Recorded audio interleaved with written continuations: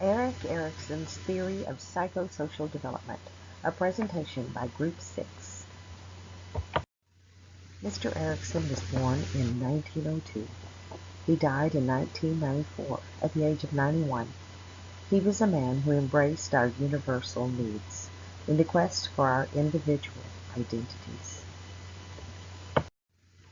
Erikson's mom, Carla Abramson, was separated from her husband when Erik was conceived and left her native Denmark for Germany, where Erik was born. His birth father was never revealed. At 3 years old, his mom married his pediatrician, Dr. Erik Homburger. In late childhood, it was finally revealed to Erik that Theodore was not really his father, and he remained unsettled about being deceived about his identity. In adulthood, he changed his name to Erikson. He believed his father's name was Erik also, but kept Homburger as his middle name in gratitude to his stepfather. After high school, he was an artist who traveled and painted portraits of children. He tutored the children of a family in Vienna, Austria, who were friends with the Freuds. He trained and became certified as a Montessori teacher. He completed psychoanalytic training from Anna Freud, Sigmund Freud's daughter, and August Achorn. He met and married Joan Serson, an American artist, and moved to America due to the political unrest at age 31. He explored anthropology on Indian reservations in the 1930s. He was the first child psychoanalyst in Boston. He held clinical and academic positions at Harvard, Yale, and Berkeley, even though he never received a college degree himself. He published his first book, Childhood and Society, on his observations and conceptions in 1950, at the age of 48. In 1951, he assisted in the start of a residential treatment center for disturbed young people at the Austin Riggs Center in Stockbridge, Massachusetts, until 1961. Oh, and he also did publish more books after that, but he didn't start, like I said, until he was 48. His theory, the 8 stages of psychosocial development, is a developmental theory that expanded on Freud's work and the concept of ego. It's a developmental model recognizing continued growth throughout the lifespan. Erikson believed personalities expand on previous stages of development, called the epigenetic principle. It seeks to understand how socialization affects the sense of self. It's the only developmental theorist to continue throughout the entire lifespan and not stop at adolescence. Each stage is pivotal in human development. It increases in complexity throughout the lifespan and is referred to as a staircase of achievement. In each stage, there is a conflict that humans must work through for potential growth. If they succeed, they successfully move to the next stage, promoting ego strength. If they fail, their sense of self will suffer and create feelings of inadequacy. Stage 1 is trust versus mistrust. It begins in infancy. It ranges from birth to 18 months, most fundamental step in life, and the virtue of hope is achieved when all needs are met. Trust is developed due to a total dependence on those who take care of them, as infants are unsure about life. If love, nurturing, and food are provided, trust occurs. Failure in this stage is a lack of essential needs and consistency, leading to mistrust, which affects their outlook later on in life. If hope isn't met, mistrust in the world results. Stage 2 is autonomy versus shame and doubt. It starts in early childhood, from 18 months to 3 years old, approximately. It is the beginning of independence by walking and autonomy through small decision making, including toys, clothes, and food. Their favorite word is no. Also, learning to control basic bodily functions such as potty training. Parents have an important role for children to support independence, but also not overly criticize when failure occurs. Success in this stage results in confidence and autonomy and achievement of the virtue of will. Failure in this stage from lack of any control or extreme dependence on others results in shame and doubt. Stage 3 is initiative versus guilt. It starts in preschool and it ranges between 3 and 5 years old. They explore interpersonal skills with playtime. Questions, creativity, and knowledge emerge. They ask why a lot. Children initiate activities and either receive criticism and feel guilt, or receive positive reinforcement and feel a sense of capability. Healthy balance of both guilt and initiative result in the virtue of purpose, which helps to have self-control. Success is the ability to lead others. Failure in this stage results in self-doubt and lack of self-initiative. Stage 4 is industry and inferiority. School-age kids, ages between 6 and 11 years old. Pride is developed with social interactions and play, with reinforcement by parents and teachers. It asks the questions, how can I do this? Approval is sought by the peer group to improve self-esteem. Success in this stage leads to becoming competent, also known as industry, and the virtue of competence results. Failure in this stage, due to lack of support, results in feelings of inferiority, and they doubt their potential. Failure can also help create a healthy balance of modesty and competency. A little failure.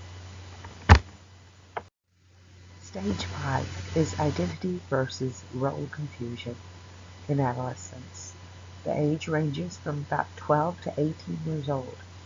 Children develop a sense of independence and identity that will influence the rest of their life. Erikson felt the transition between child to adulthood was the most important. They asked the question, who am I? Create social relationships and desire to fit in. Erikson was the first to coin the term identity crisis. They try to understand adult roles like career and family. Success with proper guidance leads to independence and fidelity, a commitment to self and others. Failure results in role confusion if one is unable to find a role in society. Stage 6 is called intimacy versus isolation. It starts in young adulthood, but it ranges between 18 to 40 years old. It focuses on personal and intimate relationships with a significant other. It asks the question, who can I share my life with? Success in previous stages is very important for this stage in order to have a positive sense of self. If humans are successful, they will feel commitment and security. The virtue of love is achieved in this stage. Failure in this stage leads to isolation and feelings of loneliness and depression.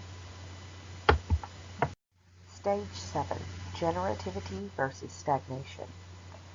It starts in middle adulthood between the ages of about 40 and 65. Focuses on career, family, and parenthood. People ask the question, whom or what can I care for? Humans will nurture those who will live after them. They want to give back to society. They have a sense of closeness with their life partner, and it leads to feelings of accomplishment and success, also known as generativity. The virtue of caring is received in this stage. Failure in this stage is also known as stagnation. Stage 8, ego integrity versus despair. In late adulthood, from 65 years and over, it is the final psychosocial stage, the stage that humans slow down and reflect on their life. Humans are able to have a sense of fulfillment or regret. They ask the question, has my life been meaningful? Success in this stage is deemed as the virtue of wisdom. If a legacy can be left, people feel a sense of peace and don't fear death. Failure in this stage results in despair and depression.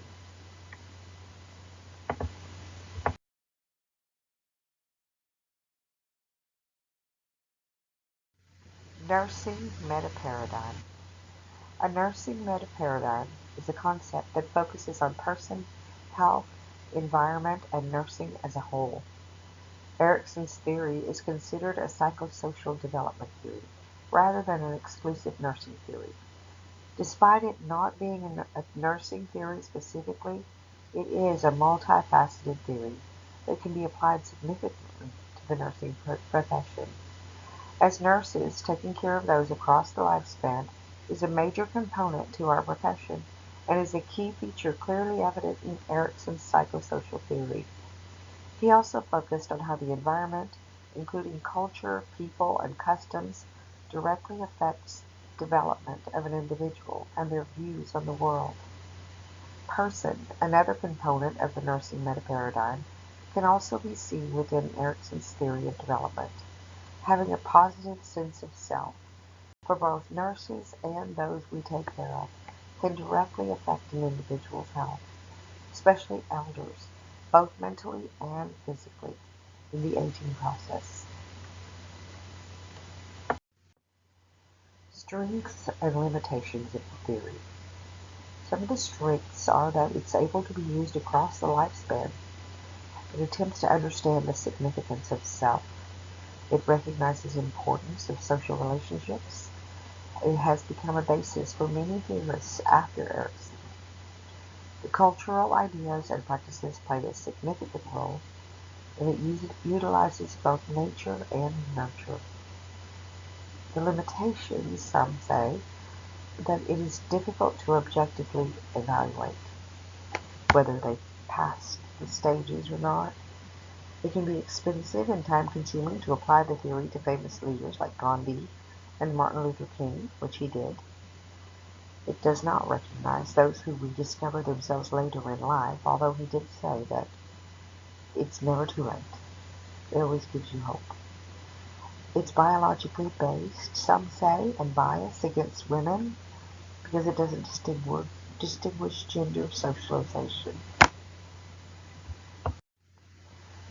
The next few slides are our application of Erikson's theory in nursing practice, education, and research. In nursing practice, an example using integrity versus despair. The MacArthur Foundation Research Network on Successful Aging used Erikson's theoretical framework to help change the way nurses can help elderly in the aging process. Aging is previously viewed very simply as whether someone has a disease or someone who does not have a disease. According to Erikson, feelings of peace or despair are felt in this stage of old age.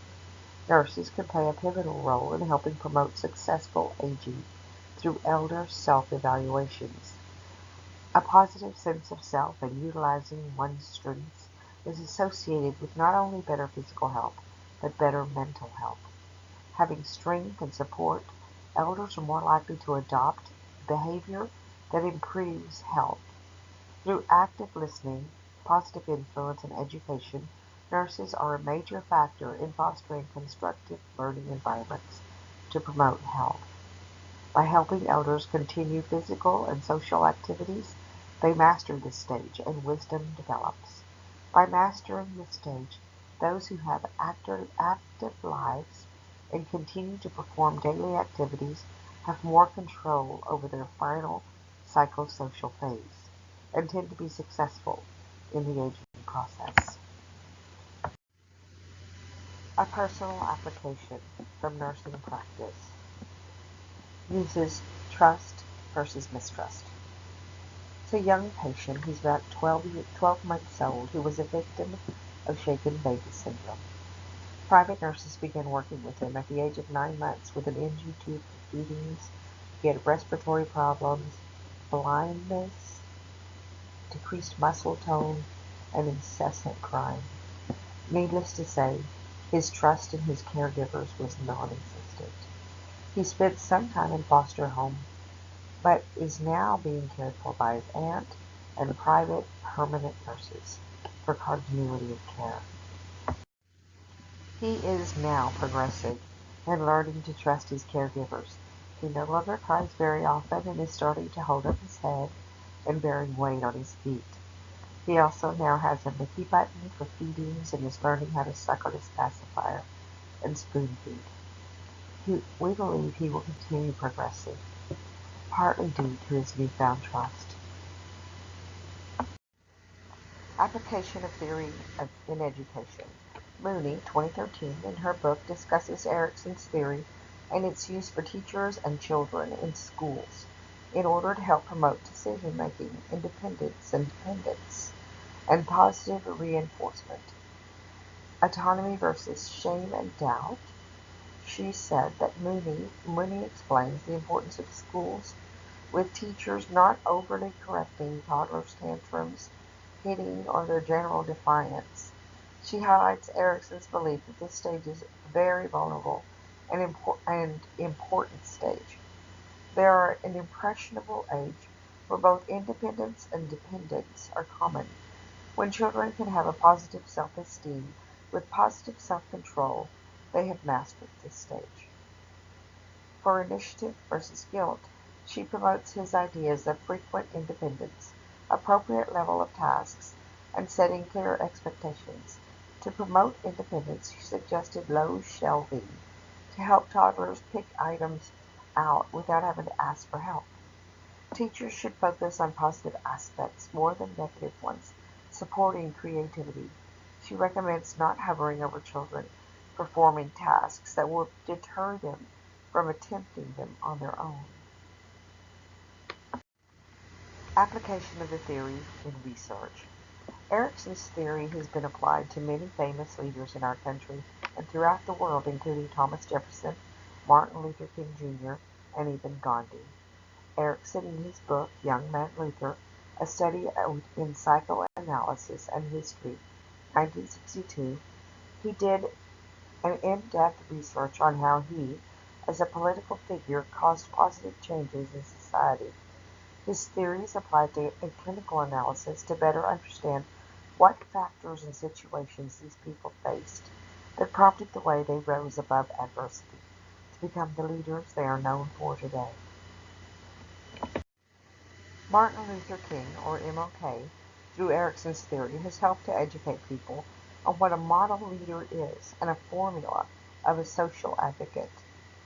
During the industry versus inferiority stage, his dad played a major impact on MLK's life.